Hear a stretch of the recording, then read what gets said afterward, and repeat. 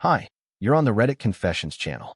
I knew something had broken the moment she stepped over the coffee I spilled without even looking down. It was still steaming, seeping into the carpet like a wound spreading under skin, but she just kept walking, barefoot, eyes glazed, phone in hand, lips mouthing a text to someone I wasn't allowed to ask about anymore. She didn't yell. She didn't sigh. She didn't even blink. It was me who flinched. That moment, 3 seconds of silence, was more violent than every argument we'd ever had. And we'd had plenty. Screaming in the driveway, slamming cabinet doors, silent dinners so loud you could hear the salt falling from the shaker. But this was different. This was the moment I became furniture. Let me rewind, not for her sake, but for mine. Because if I don't get this out, I'm going to implode from the pressure of everything I never said. Everything she never heard. Or worse, chose not to. It wasn't always like this. She used to reach for my hand first. She used to send those 1 a.m. texts like, "Are you still awake?" Even though we were already married and in the same bed. She used to care if I was tired, if I'd eaten, if I was hurting. Now I was background noise. A laundry basket on legs. A man-shaped coat rack. I tried to fix it. I did. I planned weekend trips she forgot. I brought home flowers she left in the sink. I bought her favorite wine and found it unopened a week later, pushed behind a bottle of something I'd never seen before. Something someone else liked, maybe? But nothing worked. And the final nail in the coffin? It wasn't an affair. It wasn't a lie. It wasn't even a cruel word. It was one night, one small moment, where I tried to touch her shoulder, just lightly, just enough to say, "I still see you." And she stepped away like I was something she didn't want on her skin. That's the moment I started fading. I didn't slam doors. I didn't pack bags. I didn't send a dramatic text or stage some Instagram-worthy exit. I just stopped trying. I ghosted her while sitting 3 feet away. And she didn't notice. Not yet. But she would. She would. And what came next wasn't just her unraveling. It was everything we built collapsing under the weight of what we didn't say. She still left her keys on the counter every evening, still hung her coat on the hook by the door, still kicked off her boots with the same thud I used to find cute. But now every sound she made felt disconnected, like it wasn't part of the life we were building together, more like echoes from a guest just passing through. I became an audience member in my own home. She existed around me, not with me. And the worst part? I don't think she noticed I was slowly vanishing. After she rejected my touch that night, I stopped offering it altogether. I stopped checking if she needed anything before bed. I stopped waking up early to make her coffee like I used to. It wasn't some act of defiance. I didn't feel strong enough for that. It was survival. I couldn't keep handing over little pieces of myself only to have them drop like lint on the floor. The strangest thing was, my absence didn't shake her. She filled the silence I left behind with her phone. Constant texting, endless scrolling. Laughter I hadn't heard in months now erupted in short bursts, but never in my direction. I stopped asking who she was talking to. I already knew I wouldn't like the answer.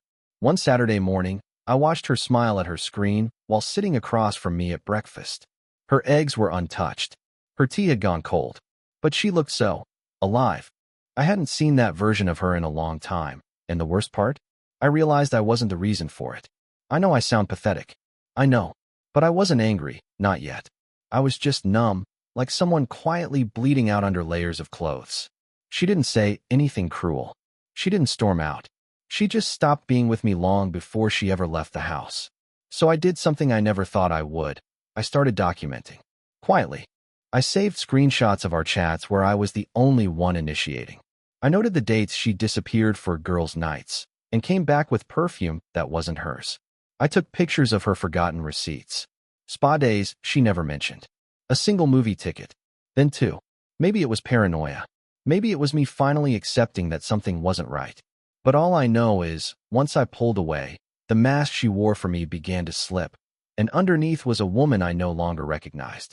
She didn't spiral outwardly. Not yet. Not with tears or regret. But in tiny missteps, in lies she thought I didn't hear, in details that didn't line up, she was beginning to unravel. And I was about to ghost her for real. Next time, I'll tell you what happened when I finally vanished, and how it broke her more than I ever expected. The night I ghosted her didn't start with a bang. There was no storm, no slamming of doors, no dramatic speeches. It started with lasagna. I made dinner like usual, Plated it like I always did. Hers with less sauce, the way she preferred. I placed the dish gently in front of her without saying a word. She didn't look up from her phone. She didn't even say thank you. That small silence. That's when I knew I was done. I had already packed a bag that morning. Nothing obvious. No suitcase, no empty drawers. Just a backpack with some clothes, my laptop, and a charger. I booked a room at a cheap extended stay motel near the edge of town, the kind of place no one notices. And then I sat there, across from my wife, chewing stale silence and reheated memories, knowing I wouldn't be sleeping under the same roof that night. She didn't notice when I stood up after dinner and said I needed to grab something from my car. I even paused at the door, gave her one last look. She was scrolling, nodding absently to some reel with music I couldn't hear. I closed the door as softly as possible, and just like that, I vanished. I didn't turn off my phone. I didn't block her, but I stopped replying. Hours passed. No texts. Then a short one. Did you go to the store? I read it, didn't respond. Midnight. Where are you? 2 a.m. Seriously, Lowell? It wasn't until morning that the tone changed. I woke up to 7 missed calls and a new message. This isn't funny. If you're trying to make a point, grow up. There it was, the first crack in her voice. I could almost hear it through the screen. For the next 3 days, I didn't go home. I worked remotely from the motel, avoided our neighborhood, stayed off social media. And in that space I carved between us, I started seeing things with terrifying clarity. Our marriage wasn't on life support. It had flatlined a long time ago, and I was the idiot still pressing on its chest, begging it to breathe. She started calling my friends, or rather, our friends. Josh from college texted me, saying Callie was worried. Said she was asking if I'd mentioned anything to him. Of course I hadn't. I didn't want to put anyone in the middle. But something in her voice must have spooked him because he followed up with, "She's not okay, man." She seemed unglued. I should have felt satisfaction. I should have smiled, knowing that the silence I'd endured was finally echoing back toward her. But I didn't. All I felt was exhaustion. It takes a special kind of fatigue to be ignored for so long that disappearing feels like relief. On the 4th day, I turned my phone off completely. And that's when the real unraveling began.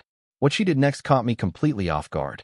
On the 5th morning of my absence, I sat in that musty motel room staring at the ceiling, listening to the hum of the ice machine outside my door. I had the TV on mute, an untouched sandwich on the table, and my phone still off. I was disconnected from everything, and honestly, it felt like the first time I could breathe in months. But then I made a mistake. A stupid, predictable, emotionally weak mistake. I turned the phone back on. The second it lit up, the notifications flooded in like a tidal wave. 32 missed calls, 12 voicemails, dozens of texts. The early ones were confused, annoyed, short. But by the 3rd day, they turned frantic. Some were angry, some were begging, and one voicemail, the last one, had her crying. But it wasn't sadness. It was panic, the kind that doesn't come from loss, but from losing control. I listened to it once and couldn't bring myself to play it again. And then came the text that made my stomach drop. "I know what this is. You've been spying. That's why you left, right? You saw the text with Jeremy. You saw the photos." My heart stopped. I hadn't seen anything. I didn't know about Jeremy. I'd suspected, yes, the laughter at messages I wasn't part of, the new perfume, the late nights. But I didn't have proof. Until she gave it to me with that one impulsive message. It was like watching a burglar confess to the police before anyone asked a question. I didn't respond. My hands were shaking too much anyway. A few minutes later, another text arrived. "Forget what I said. I was just angry. Please talk to me. You're overreacting." I could practically see her pacing in the kitchen, trying to clean up a mess she created with one careless sentence. But it was too late. The mask had fallen, and I saw what was behind it. I did what any spineless, emotionally broken man would do in my position. I drove home in the dark. I parked down the street. I sat in my car for 2 hours just watching. The lights were off. Curtains drawn. No sign of her. Then I saw it. Her car was gone. At midnight. No bags. No emergency. I opened the tracking app I'd secretly installed on her phone last month when the suspicion started clawing at me harder than my guilt. I never planned to use it. I just needed a backup in case my gut proved right. It pinged a location across town. A small apartment complex. I zoomed in. Unit 204. I copied the address and sat there, silent, numb, and hollow. She had no idea I knew. And suddenly, she was the one who had vanished. But this time, I wasn't going to chase her. I was going to do something she never expected. Nothing. No confrontation. No questions. No breakdowns. She ghosted our marriage long before I ever left. Now it was her turn to feel the weight of silence. But the next day, she showed up at my motel room. And she wasn't alone. I heard the knock around 8:40 a.m. I hadn't slept. I was sitting on the edge of the motel bed, fully dressed, phone in hand, debating whether to drive out to that apartment unit just to confirm with my own eyes what I already knew in my gut. But the knock saved me from that spiral. Or maybe it dragged me deeper. Because when I opened the door, she was standing there. And next to her was her sister, Laurel. Now, let me be clear, Laurel and I were never close. From the start, she had a strange energy about her. A little too observant, a little too silent, like she was always collecting evidence, keeping score. She never once said she didn't like me, but her silence during our wedding toast said enough. Still, this wasn't about her. It was about Callie, who was now standing in front of me, hair pulled back hastily, wearing one of my old hoodies like it would earn her some kind of forgiveness. I didn't speak. I stepped back and let them in, mostly because I was too stunned to do anything else. Callie walked in slowly, like she didn't recognize the man who used to sleep beside her, like she didn't know if she belonged here. Laurel walked in like she owned the place. She scanned the room quickly, her eyes landing on the half-eaten sandwich, the duffel bag, the pile of receipts I hadn't thrown away. Then she crossed her arms and said, "So this is where you've been hiding." Callie sat on the edge of the bed, in the exact spot I'd been sitting all night. I stayed standing. She looked up at me and whispered, "I didn't mean for any of this to happen." I waited. For an apology. For honesty. For anything that didn't sound like a script.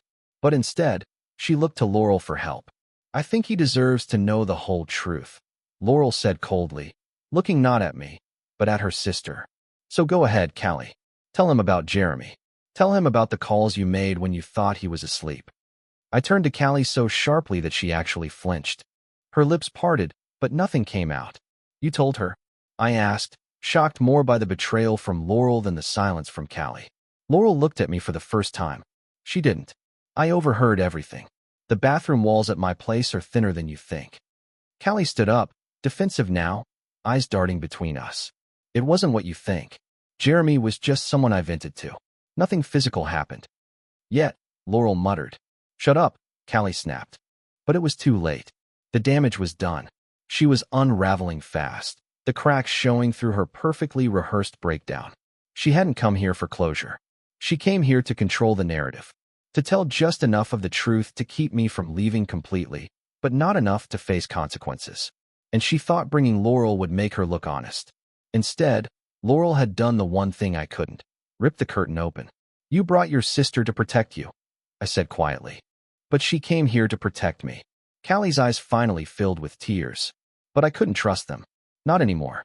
Not after all the silent nights, the lies, the distance she built brick by brick while I tried to hold things together with tape. "I didn't want to lose you," she whispered. "You already did," I said. Laurel nodded once, slowly, and said, "You should go now." And just like that, Callie left the room, my hoodie still on her shoulders, the keys to our house still in her pocket, and whatever remained of our marriage dragging behind her like a shadow. But what happened next? That was something even Laurel didn't see coming. That night, I didn't speak to Laurel. Not because I was angry, but because I didn't know how to say thank you without breaking down. After Callie left, she stayed seated in the chair by the window, arms crossed, staring out into the parking lot like she was guarding me from something neither of us could name. When she finally stood to leave, she said, "You deserved the truth a long time ago," and then she was gone. I thought that was the end of it. I thought Callie would go back to her apartment rendezvous, or back to pretending like we were just going through a rough patch. But by the next morning, she had already upped the game, and it began with an envelope taped to my windshield. I spotted it just as I was walking to my car. Pale blue stationery, my name written in her handwriting, taped neatly like it had been placed there with careful regret. I looked around instinctively, as if I'd catch her ducking behind a corner. Nothing. I peeled it off, slid into the driver's seat, and opened it. There were no flowers. No tear-stained letters. Just three things inside. a folded sheet of paper, a printed photo, and a gift card for a restaurant we'd never even gone to. The letter was short, defensive, and laced with guilt disguised as grace. Lol, I'm not good at words, so I'll just say what I should have earlier. You're a good man, and I failed to appreciate that. I didn't cheat in the way you think. Nothing physical happened. But yes, there was an emotional connection, and I should have ended it the moment it started to feel wrong. I didn't. I was selfish. I wanted comfort without consequences. I hope someday you can forgive me. Please eat something real today. Callie. Underneath was a photo. A selfie of her and a man I didn't recognize, sitting on a picnic blanket at a park. Both smiling. His arm around her waist. Her eyes looking directly into the lens with a softness I hadn't seen in a long time. The timestamp in the corner told me everything. It was taken 2 weeks before I left. I couldn't breathe for a second. Not out of rage, but out of the finality that settled into my bones. There was no coming back from this. The gap between us wasn't a misunderstanding. It wasn't timing. It wasn't stress. It was her choice. I drove back to the motel in silence, opened the room door, and tossed the envelope into the trash. I didn't want it, didn't need the photo, and definitely didn't care about the $50 gift card to some sushi place neither of us liked. But later that night, as I was taking the trash out, I reached back in and pulled it out again. I don't know why. Maybe because part of me still needed the proof that I wasn't crazy. That the version of reality I lived through wasn't just paranoia and oversensitivity. The next day, Laurel texted me. She said Callie hadn't been home. That she'd gotten a message from her at 3 a.m. saying, "Tell him I'm sorry again." I didn't know what I was doing. I didn't reply. I didn't ask where she went. I just stared at the wall until the sun started bleeding through the blinds. But something told me Callie wasn't done. She tried silence. She tried guilt. She tried soft confessions in parking lots. And the next move? It would turn everything upside down. 3 days passed. I didn't hear from her. No texts. No knocks. No more envelopes taped to my car. Just silence. The same kind I used to beg for when we were under one roof. Only now it felt more like a setup than a peace offering. I should have known something was coming. Callie was many things, but quiet wasn't one of them. Not when she was losing control. And when she finally broke that silence, she did it in a way I never saw coming. It started with a call from my mother. Now, my mom has always kept a polite distance from my marriage. She liked Callie, or at least tried to. But she was never the type to interfere, even when things started clearly falling apart. So when she called me out of the blue and said, "Lowell, are you okay?" I heard some things and I don't know what to believe. My blood ran cold. Callie had gone to her. To my mother. And from the trembling confusion in her voice, it was obvious she didn't just offer an apology. She rewrote history. According to my mom, Callie claimed I'd abandoned her emotionally, that I had paranoia issues, that I'd left during an innocent rough patch and refused to communicate. She even went as far as to say she feared I was dealing with some mental health challenges and didn't want to expose me, but felt forced to say something when I vanished without explanation. It wasn't just my mom. My cousin Trevor messaged me later that night. Same story. She seemed really upset, man. Like she didn't know where you went. She said you blocked her? Blocked her? I hadn't even responded, let alone cut her off. But I realized what she was doing. She was reframing everything, turning my withdrawal into abandonment, my silence into instability, my absence into cruelty. She was weaponizing her guilt. I sat there in that motel room, shaking. I wanted to defend myself, to call everyone she spoke to and tell them the truth, to explain that I was the one being erased while still holding the pen. But part of me knew it would only play into her story. The desperate husband scrambling to prove he's not the bad guy, the one who can't let go. Instead, I pulled out my laptop and did something I never thought I would. I started writing it all down. Not a diary, not a blog, a document. Timestamps, screenshots, voicemails, the letter, her confession, the photo. Every moment I was made to feel invisible, documented with care. I wasn't preparing for a fight. I was preparing for survival. The next day, Laurel showed up again. She looked tired, like the past week had aged her a decade. She didn't ask to come in. She just stood in the doorway and said, "You need to know what she's planning." Apparently, Callie had started floating the idea to friends and family that I was too unstable to stay married to, that she still cared deeply, but had to move forward alone. It was subtle, Calculated. She wasn't trying to destroy me, just discredit me enough to make people doubt my side if I ever told it. And the worst part? It was working. But then Laurel handed me something. A USB stick.